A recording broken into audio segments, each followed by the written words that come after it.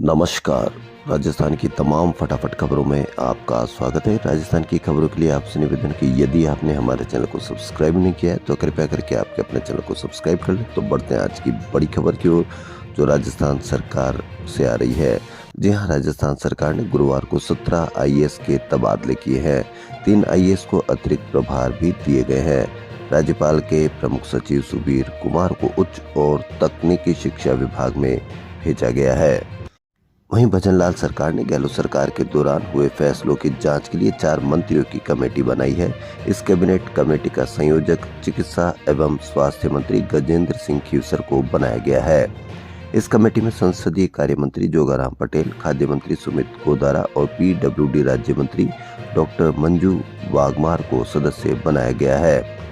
यह कमेटी गहलोत सरकार के दौरान के फैसलों की समीक्षा कर इनकी रिपोर्ट 3 माह में मुख्यमंत्री भजनलाल शर्मा को सौंप देंगे।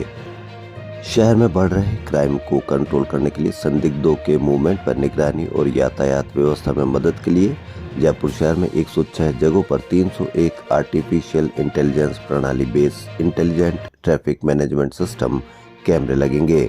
इसके संचालन के लिए 45 करोड़ रुपए का बजट मांगा गया है। माइनिंग विभाग के अधिकारियों ने टोंक में बजरी स्टॉक की गलत गणना कर दी। इसके बाद टोंक में 3 बजरी होल्डर्स के स्टॉक को सीज कर दिया गया। स्टॉक सीज होने से गुरुवार से जयपुर आने वाली बजरी सप्लाई ठप हो गई। एसएमएस अस्पताल जयपुर से बड़ी खबर। मरीजों और परिजनों की इलाज से संबंधित गाइड करने के लिए हेल्प डेस्क फिर से शुरू कर दी गई है। अक्टूबर में आचार संहिता लगने के बाद से ही हेल्प डेस्क भी हटा दी गई थी। इससे मरीजों को परेशानी हो रही थी। अब मुख्य भवन के सिटी एरिया में फिर से हेल्प डेस्क स्थापित की गई है। डेस्क राउंड द क्लॉक कार्य करेगी। 14 नर्सिंग कर्मियों की ड्यूटी लगाई गई है। जयपुर कमिश्नरेट के 2 जिलों के अलग अलग थानों में जन सुनवाई करने के दौरान मिले हालात के बाद अब police commissioner Biju George Joseph ने कमिश्नरेट के सभी एसएचओ, एसपी, एडिशनल डीसीपी सहित संबंधित अधिकारियों को रोजाना 1-1 घंटे की जन सुनवाई करने के आदेश दिए हैं। जन सुनवाई दोपहर 12 से 1 और शाम को 4 से 5 बजे तक करेंगे। साथ ही आदेश दिए कि जन सुनवाई के दौरान आने वाले प्रत्येक परिवादी की जानकारी का विवरण ई-सुगम पोर्टल पर अपलोड करना होगा। सीबीएसई की वर्ष 2024 की 10वीं और 12वीं की सैद्धांतिक परीक्षाएं 15 फरवरी से शुरू होगी। इस बार अजमेर रीजन में करीब 3 लाख विद्यार्थी शामिल होंगे। राजस्थान के नेता राजेंद्र राठौड़ और गोविंद सिंह डोटासरा के बीच दिन भर कविताओं का दौर चला। राठौड़ ने कहा कि इतना भी गुमान न कर अपनी जीत पर ए बेखबर, शहर में तेरी जीत से ज्यादा चर्चे तो मेरी हार के हैं। वहीं डोटासरा ने इसका जवाब दिया, गलतफहमी, नेपाल ये जनता का पर्चा है, तेरे सिर्फ टोल बजरी भूमाफिया होने की चर्चा है। फिर इसके बाद राठौड़ ने कहा कि बेरोजगारों का पर्चा लीक करने में भी मेहनत होती है। अजीबो गरीब कहानी आपकी अदा से ही क्यों बयां होती है। फिर डोटासरा ने जवाब दिया, गफलतों में डूबी तुम्हारी जिंदगी में नफरत की आग जमा है। गली गली चर्चे हैं तेरे कलामों के, पर कलामों के पन्नों पर भी कई दाग जमा है। जी हाँ, दिन भर ये काव्य चला, काव्य बाण चले एक दूसरे पर राठौड़ और डोटासरा में। राजस्थान में नई सरकार के गठन के बाद भी महाधिवक्ता और अतिरिक्त महाधिवक्ता की नियुक्ति नहीं होने से जुड़े मामले पर गुरुवार को हाईकोर्ट ने कड़ी टिप्पणी की है। हाईकोर्ट ने कहा कि देश में संभवतया पहली बार ऐसा हुआ होगा कि 2 महीने बाद भी राज्य सरकार एजी नियुक्त नहीं कर पाई है। जयपुर लिटरेचर फेस्टिवल, जी हाँ, दुनिया में मशहूर जयपुर लिटरेचर फेस्टिवल में रघुराम राजन आए। उन्होंने कहा कि आरबीआई के पूर्व गवर्नर रघुराम राजन का कहना है कि अस्पताल मरीजों पेशेंटों से भरे हैं, डॉक्टर्स की कमी है, फिर भी 70,000 छात्र डॉक्टर की डिग्री लेने देश से बाहर जा रहे हैं। मेरे ख्याल से शिक्षा और स्वास्थ्य सेवाओं पर फोकस करना होगा, तभी विकसित भारत बनेगा। वे बोले 7 करोड़ लोगों को अच्छा जीवन मिलना ही विकसित भारत नहीं है। 130 करोड़ लोगों के पास आज भी अच्छी नौकरी या आय नहीं है, उन्हें ऊपर उठाना होगा। मैं मुफ्त इस स्कीम के पक्ष में नहीं हूँ। ईडी के कार्रवाई पर कहा कि ये भारतीय लोकतंत्र के लिए खतरा है। सिर्फ विपक्षियों को जेल में डालना समाधान नहीं है। अगर सभी विपक्षियों को जेल में डाल दिया जाएगा तो हमारे पास चॉइस क्या रहेगी। श्री खोले के हनुमान जी मंदिर जयपुर के संस्थापक राधे लाल चौबे महाराज की गुरुवार को 14वीं पुण्यतिथि बनाई गई। सुबह से ही मंदिर में कई धार्मिक कार्यक्रम हुए और महाराज की मूर्ति को फूल मालाओं से विशेष श्रृंगार किया गया। जयपुर के बापूनगर के मोती पार्क स्थित श्री साई धाम मंदिर के 18वें स्थापना दिवस पर गुरुवार को सुबह काकड़ आरती और हवन के साथ पालकी महोत्सव की शुरुआत हुई और पूरे जयपुर के आसपास बापूनगर में इसको भजन संध्या का आयोजन हुआ। वहां महाआरती भी की गई। बापूनगर में साई राम की पालकी शोभा यात्रा भी निकाली गई।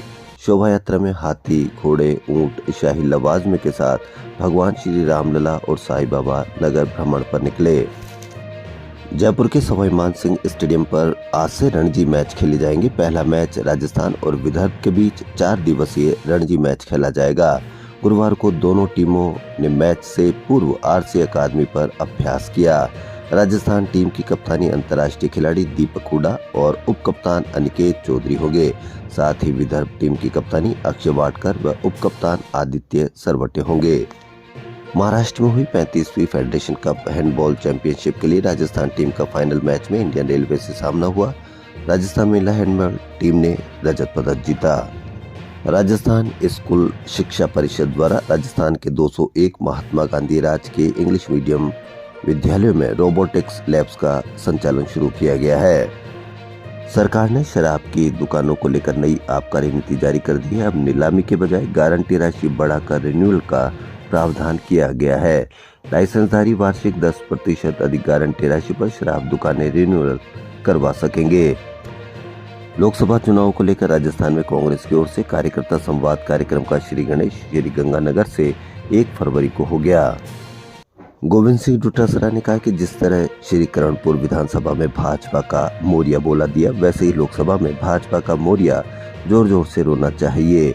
बीजेपी मोदी के नाम, राम मंदिर के नाम पर वोट मांगकर महंगाई, भ्रष्टाचार और बेरोजगारी से लोगों का ध्यान भटकाकर वोट बटोरना चाहती है।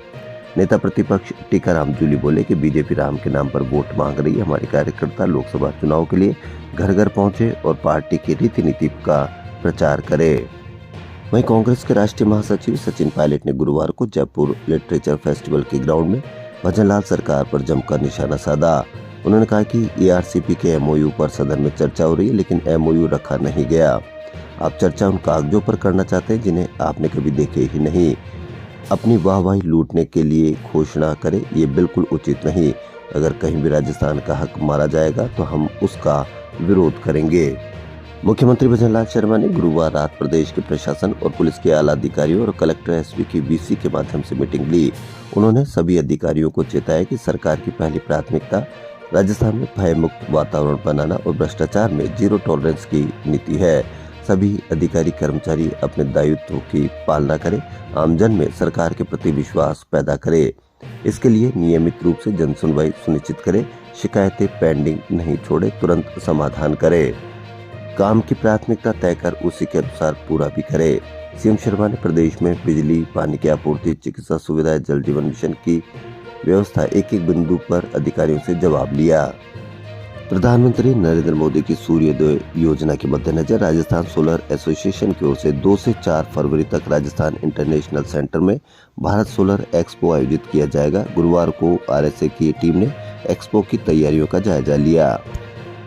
जोधपुर में 28 सालों के बाद आखिरकार ओम साकार हो रहा है। पाली के जॉर्डन में 1995 से बन रहे देश के पहले ओम आकार के योग मंदिर का लोकार्पण प्राण प्रतिष्ठा महोत्सव 19 फरवरी को होगा। 10 फरवरी से हवन, शिव पुराण कथा सहित कई कार्यक्रम शुरू हो जाएंगे।